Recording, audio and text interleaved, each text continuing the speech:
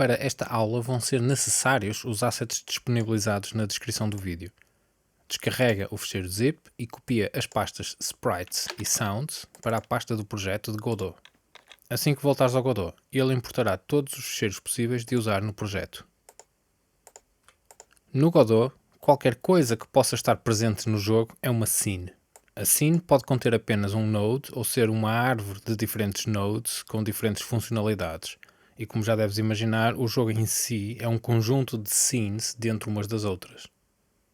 Vamos então experimentar construir um elemento do nosso jogo para visualizar melhor esse conceito. Como o nosso jogo vai ser em 2D, muda a visualização para o ambiente bidimensional carregando no botão 2D. Aqui estamos a ver uma empty scene. Esta scene não tem nenhum node e nem sequer existe como ficheiro porque também ainda não foi gravada. Cada scene tem de ter um node principal, onde todos os outros irão ancorar. O node principal pode ser diretamente do tipo da funcionalidade que estamos a implementar, como por exemplo uma imagem, que depende do node Sprite 2D. Mas, contudo, os nodes seguintes irão depender das funcionalidades base do node principal e por essa razão é preferível termos sempre um node mais abrangente como raiz e depois usar as funcionalidades adequadas aos nossos objetivos, do que ter um node limitado que nos impede mais tarde de realizar algumas operações. Ou seja, neste caso, não iremos usar o Sprite 2D como raiz, mas sim um Node 2D. Aqui podemos ancorar um Sprite 2D e então configurar a imagem ou Sprite que pretendemos usar.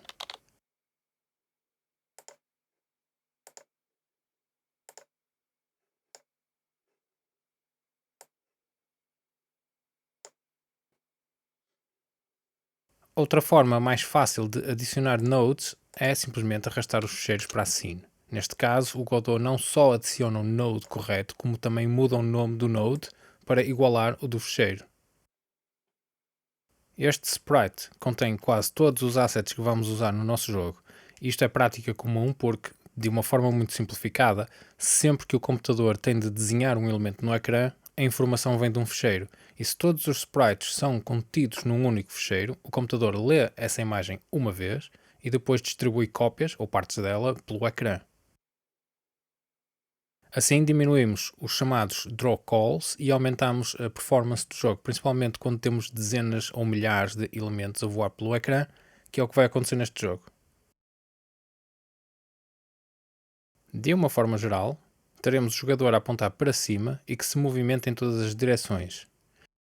Os inimigos que apontam para baixo e se movem apenas para baixo. O jogador tem 4 canhões que disparam lasers para cima. Os inimigos têm 2 canhões que também disparam lasers, mas para baixo. Se todos os elementos são scenes, então qual será a forma mais eficiente de construir essas scenes? Se vamos utilizar algo mais que uma vez, esse algo pode ser uma scene que instanciamos quando precisamos dela. É como um castelo de Lego. O castelo é único e complexo, mas é construído por muitas peças iguais. O que temos de fazer em primeiro lugar são as peças individuais para mais tarde as podermos utilizar. Por exemplo, o player. A nave do jogador é composta por 3 elementos principais: o corpo, os canhões e os lasers. Se a nave tem 4 canhões, podemos construir um canhão e copiar as vezes necessárias para completar a nave. Por sua vez, o canhão dispara lasers infinitamente. Isto significa que iremos também construir um laser que depois irá ser usado no canhão. Ao copiar o canhão, estaremos também a copiar os lasers que fazem parte do canhão.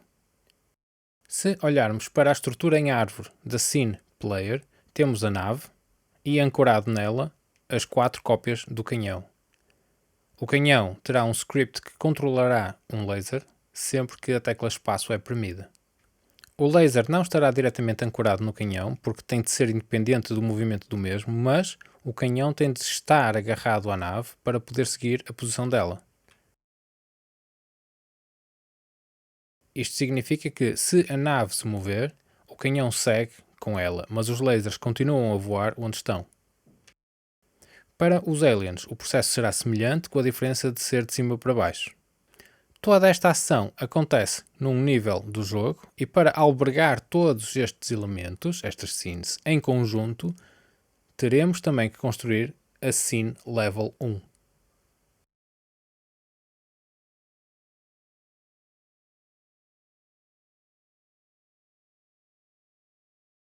Vamos então começar a criar as várias scenes e começar a integrá-las umas nas outras. Na pasta principal de ficheiros, vamos criar uma pasta chamada Elements, que é onde vamos guardar todas as scenes que são elementos dos níveis. A scene que ainda não tem nome pode ser gravada como Player, dentro da pasta Elements.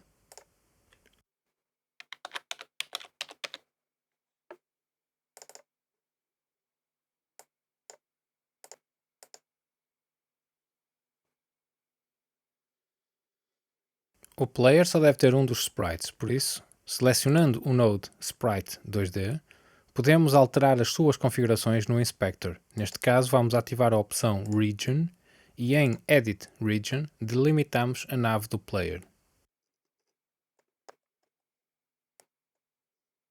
Cuidado com o recorte, pois tudo o que está dentro do retângulo vai aparecer e tudo o que está fora não.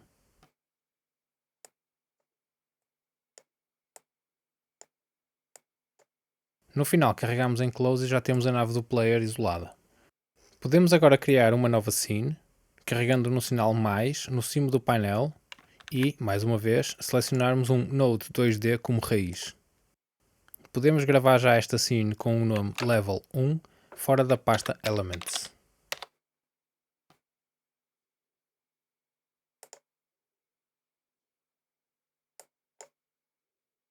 No File System podemos ver que temos duas scenes em sítios diferentes, mas ambas podem ser usadas múltiplas vezes uma dentro da outra. No nosso caso, vamos usar o Player dentro do Level 1. Para isso, assegura que estás a editar o Level 1 e arrasta a scene Player lá para dentro.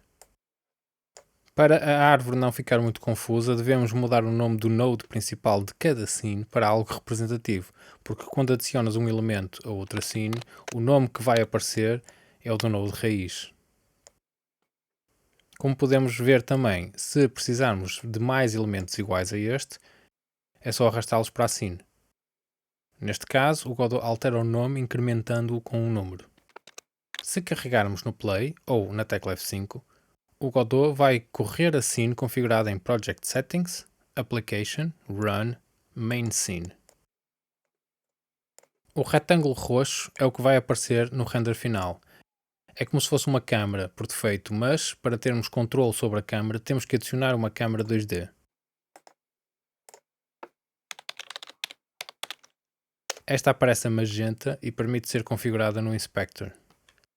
Neste momento, a única alteração que vamos fazer é alterar o zoom para 0.1.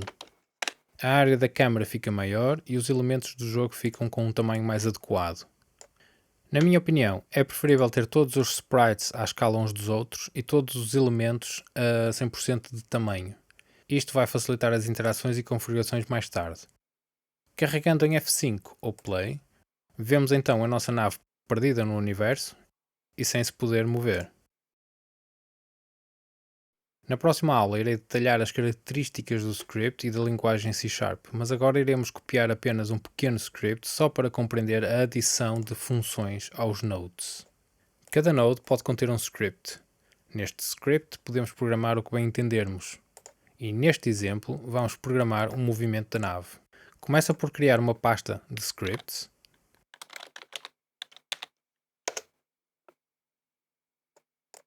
E dentro dela um script do tipo C#. Hereditário de Node 2D com o nome Player. Pega no script em File System e arrasta para o node raiz do Player. Aparece um ícone a assinalar a presença de um script e no Inspector podes vê-lo no último parâmetro de configuração. Ao clicar nele, o Visual Studio abre para se poder editar o script.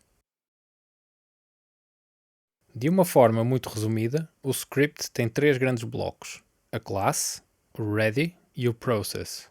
A classe é o script em si. Tudo o que este script tem de fazer tem de estar dentro das chavetas da classe. A função ready, chamado método em C#, serve para configurar o script à partida. O que está dentro destas chavetas acontece apenas uma vez quando o node aparece no mundo. O método process acontece em todos os frames do jogo e serve para que a lógica do jogo aconteça. Tendo isto em consideração, o que queremos que aconteça todos os frames com a nave do player é um movimento em resposta às teclas WASD. Para isso, antes do método ready, declaramos uma variável int com o nome speed e de valor 600. No final, temos que fechar a instrução com um ponto e vírgula. Dentro do método process, portanto, todos os frames, temos de fazer três coisas. Preparar um vetor de direção, alterar esse vetor conforme as teclas premidas e incrementar a posição com o vetor.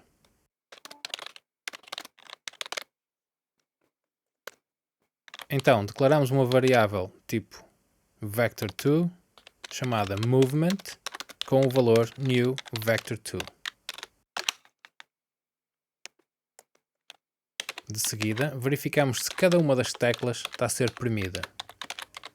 If, abrir parênteses, input.isKeyPressed, abrir parênteses, key.w, fechar parênteses, is equal, dois iguais, a true, fechar parênteses, na próxima linha abrir e fechar chavetas. Portanto, se input for verdade, o que estiver dentro das chavetas irá acontecer. Neste caso, movement.y é igual a ele próprio, movement.y menos o speed, e depois multiplicamos por o delta. No Godot, as coordenadas cartesianas têm o eixo horizontal x com positivo para a direita e negativo para a esquerda, e no eixo vertical, o y, positivo para baixo e negativo para cima. Portanto, para subir, temos que subtrair y. A questão do delta fica para outra aula. No final, para incrementar a posição, simplesmente somamos o movimento à posição. Position igual a position mais movement. Se gravarmos e voltarmos ao Godot, ao correr o jogo, já podemos mover para cima carregando no W. Fazer as outras direções é copiar o código, mudar as teclas, os eixos e as operações matemáticas.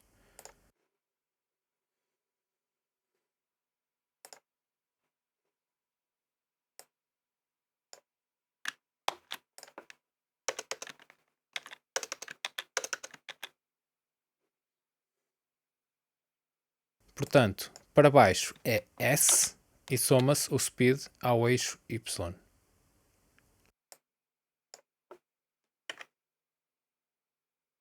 Para a esquerda é A e subtrai-se no eixo X.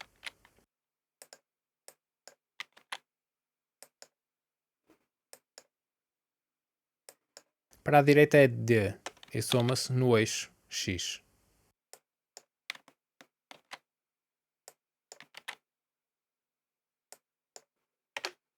Gravamos e voltamos a testar.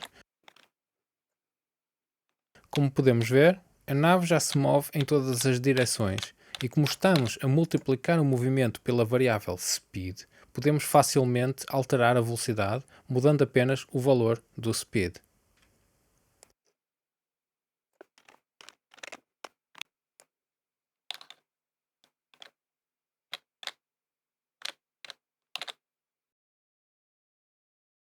O exercício desta aula é copiar todo o projeto como demonstrado, mas também criar os 3 aliens em scenes separadas, prontas a serem colocadas no level 1.